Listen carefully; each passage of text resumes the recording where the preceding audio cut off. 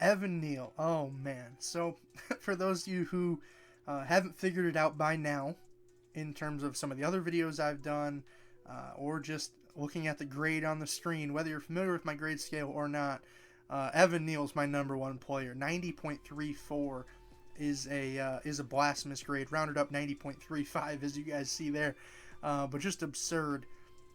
What and how good he is on tape. For reference, last year was my first year using a traits-based grading scale for each position, and the only other guy that he is below is actually Kyle Pitts by 0.03 of a point, 90.35 to 90.38. So that is a very tight race there at the top. But this year, there's not a lot of guys below him. As you'll see if you check out some of my other videos, he's got a wide margin on Hutchinson, on Icky, on Linderbaum, pretty much everybody at the top. I think he is, I don't want to say far and away the best player, but for me at least he is. Just because there's very few weaknesses here, very few at all. And in terms of them, no, we'll start with the strengths here. The strengths are so much more fun, and it'll probably take 15 minutes just to get through them at that. Just going through my notes, I'll just go through those opposed to every single grade individually. The first positive was incredible mobility at his size. Just the fluidness in terms of being able to climb to the next level and accelerate out of his stance like he does at 6'7", 337 pounds. Oh man, it is a sight to behold. In that regard, I gave him a 5 out of 5 on size and length and a 4.5 out of 5 on athleticism, because he's just top tier in my opinion in both. I had great hand usage as my next note, incredibly accurate placement, and forcible placement as well. For example, with Charles Cross, if you haven't seen that video, I'll link it above in the top right corner. But one thing that I talk about there is how he tends to place his hands rather than punch his hands. So instead of like forcibly striking the defender's chest, the edge rusher's chest or shoulder, whatever it is that they're giving Neal or Cross on that given rep, he's placing his hands. So he's kind of catching the guy in his hands rather than punching the guy. And Neal is the complete opposite in that regard. I gave him an 8.5 out of 10 on hands. I thought he was very impressive. Power and strength, I gave him an 8.75 out of 10. In case you can't tell, all these grades are going to be absurdly high. I put in all caps with an arrow next to it. After power and strength moves people. And I underlined it 3 times, which I think tells you all you need to know.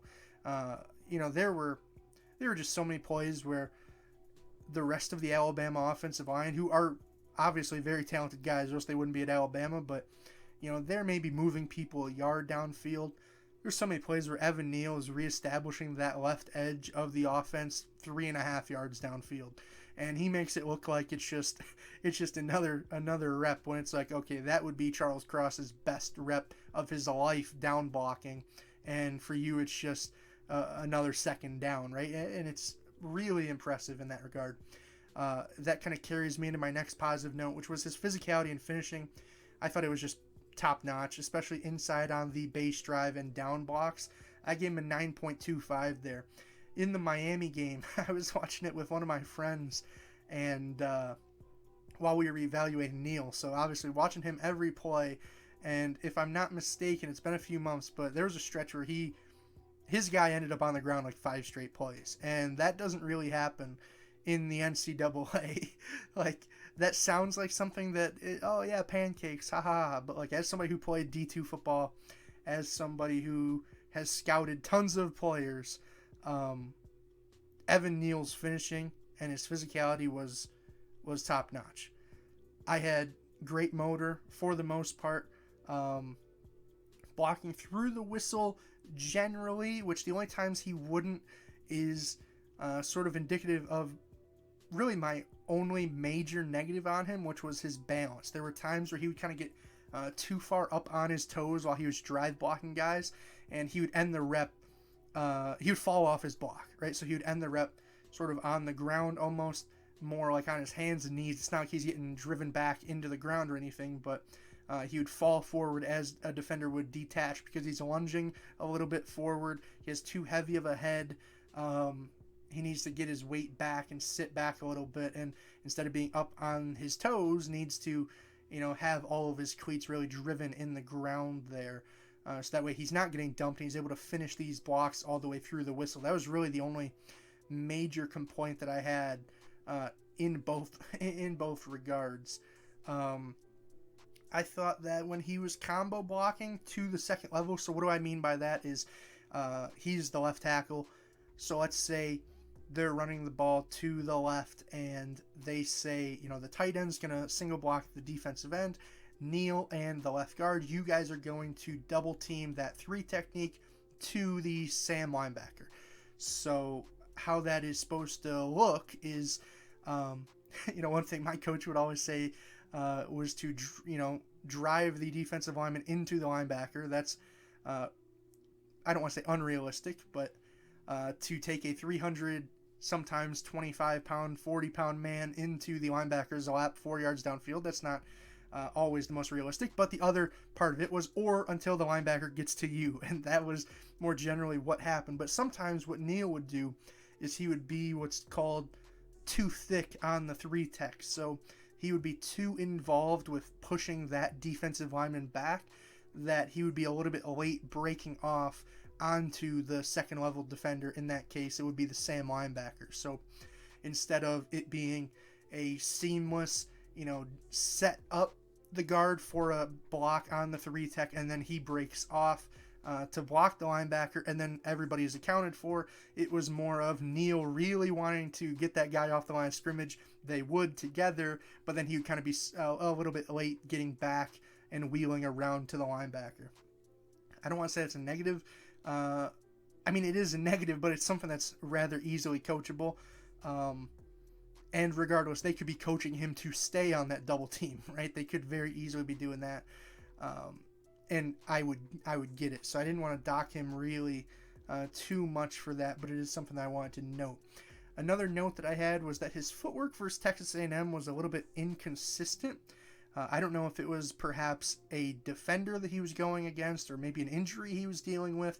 I didn't really get a great idea of what was wrong, but his footwork was a little bit off. He was at times flipping his stagger and compromising his base, clicking his heels together, those sorts of things, which were not apparent in any of the other games that I watched, really. So I'm not entirely sure what happened there.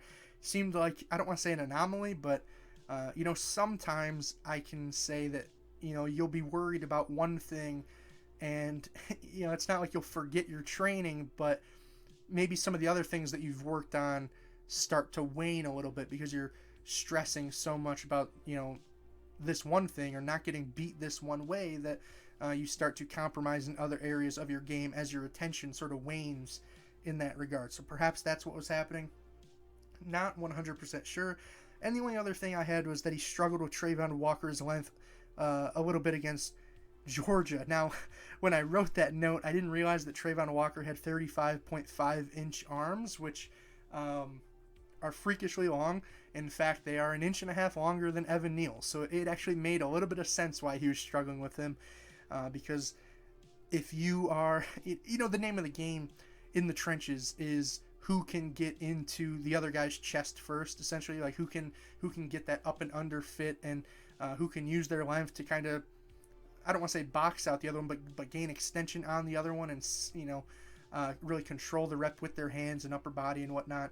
And Trayvon was able to do that a little bit more than you'd like, but Trayvon had, as far as I know, he had the longest arms of anybody that I've scouted of the 80 guys besides Daniel Falele, who's 6'9" and 384 pounds. That tells you how much of a freak his body type is, but Neal struggled with that a little bit. Luckily, even at the NFL level, you will not be seeing that on a regular basis. And it's not even like he necessarily struggled, just some of the, those drive blocks that were going 2 to 3 yards downfield, they were more so stalemates because he was never really able to get that clean fit up and through Trayvon's chest. But in that regard, I really don't have much else to talk about here. I gave him, I'll just run through the grades if you'd like him. I gave him a 23 out of 25 on pass pro, 14.25 out of 15 on run blocking, for the sole fact that Occasionally, those second level blocks, like I said,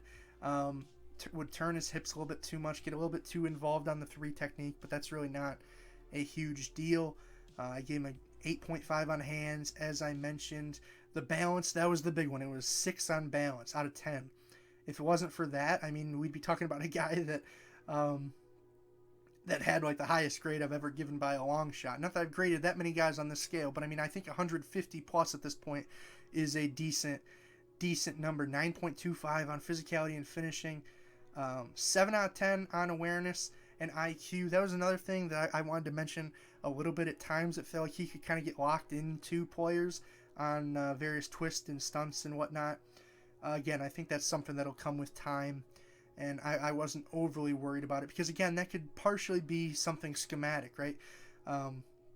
For example, if you're on the man side of a twist at left tackle and your end spikes inside, you're supposed to,